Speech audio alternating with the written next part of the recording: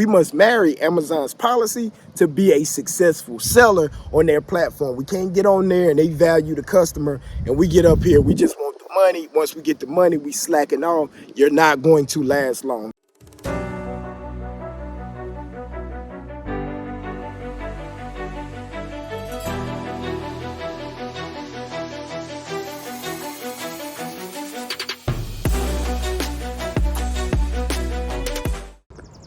What's good, Well Squad? On this one, I want to talk about the 5 reasons Amazon will kick you off or ban you from the platform. Let's get right into it. Yes, sir. All right, so number 1, selling counterfeit or fake items. This is number 1, absolutely. If you're selling anything fake, anything that's not authentic, like, man, you're gone. If the customer reports you, you're done. So you can forget about trying to sneak it past them. Like, maybe they won't know or they can't tell. I'm telling you right now, it's not worth the risk. That seller's account, man, you need to treat it like gold.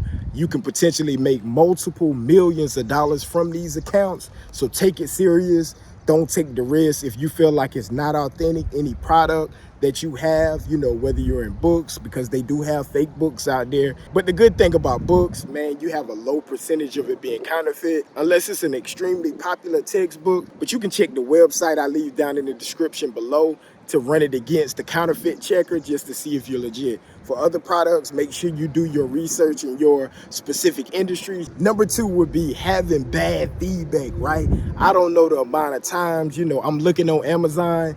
Matter of fact, last week on our mastermind call, a student was saying how they seen a seller or a business on the platform with 50 or 33% feedback. Man, you got to take care of your business, right? This is not like a side hustle. If you want to take it serious, we must value those feedback ratings, right? We have to. In this online world, in this e-commerce game, all we have is our feedback. They're going to look at those reviews. It's no if, it's no they might not look at it. They are going to look at those reviews. So we want to be reputable. We want to be genuine. We want to do good business. We're not trying to cheat anybody out of their money. We want to make sure that we deliver, right? Because the customers, right, we're entrepreneurs. We don't have a boss. We're leveraging Amazon's platform, but the customers are the people who pay us. That's the people that's exchanging their money, right, for our value. So we have the product. Let's make sure we have it in the condition that they need to be in. Let's make sure we have it there on time. And let's just make sure that our customer service is not just average, it's exemplary, right? This is the best customer service they ever had, so that you can start to generate returning customers. And let's separate ourselves from the millions of Amazon sellers out there so that we can get into another lane and start exponentially scaling our business. Number 3, not listing your product in the correct condition. Most of the time, it's selling the used item as new, right? You may see that used item for $5, but you say, hey, if I list it for new, I can get $100. If it's not completely new and you know it does not have any defects on it, you can't list it as new. Don't take that chance, guys, because Amazon will call you out, right? If you listed used items as new, it's not worth risking your account just to make a couple of extra dollars. I think in long term, right? If you make a spread after all fees of $70, how much are you going to make for that year? So you're looking at $70 now versus $100,000 over the span of a year. So it's not worth it. You know, be honest, be ethical whenever you're listing so that you can take it to the next level.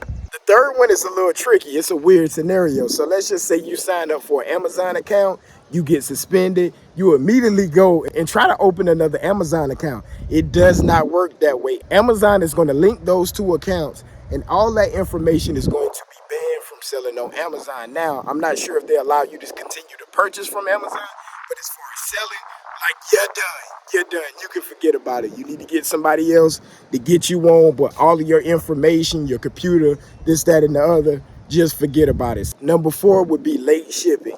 People get into the business, they start making a little bit of money, they get comfortable, and they let their orders go to the wayside, right? And they go over that 4% that Amazon allows. Then next thing you know, they're getting a warning, boom, shut down. So you have to stay on top of your shipping. Remember, Amazon is the #1 e-commerce platform in the world, and they value customers. So I tell people all the time that if you want to sell on Amazon, that you have to adopt their policies. So customers are number one. We need to make sure whenever it's time to do anything with the customer, it needs to be at an A+ level, take it to the next level. We must marry Amazon's policy to be a successful seller on their platform. We can't get on there and they value the customer and we get up here, we just want the money. Once we get the money, we slacking off. You're not going to last long. You're going to get suspended pretty fast. You might make a little bit of money, but it's not going to be sustainable. And that's not what I teach. I want to teach you guys to do it the right way so that you can have a long-term cash flowing business. And last but not least, number 5 would be not having a chargeable credit card on your account. Yep, they're going to shut your boy down. They're going to shut you down if you don't have a chargeable credit card. Now, wow, y'all may be asking, Try, why does that matter? It matters because, so what scammers will do, they'll go online or go on Amazon, run up a crazy amount of orders, expensive orders, pull the money out. You know, after 30 days, maybe the customer didn't respond yet. Maybe they think it may be just a late order. Then after those 30 days, Amazon is looking for a refund, right? Once you pull that money out, Amazon still has the ability to go into your account or your credit card to charge you for whatever money that they're refunding back to the customers. So Amazon will go ahead and refund their money.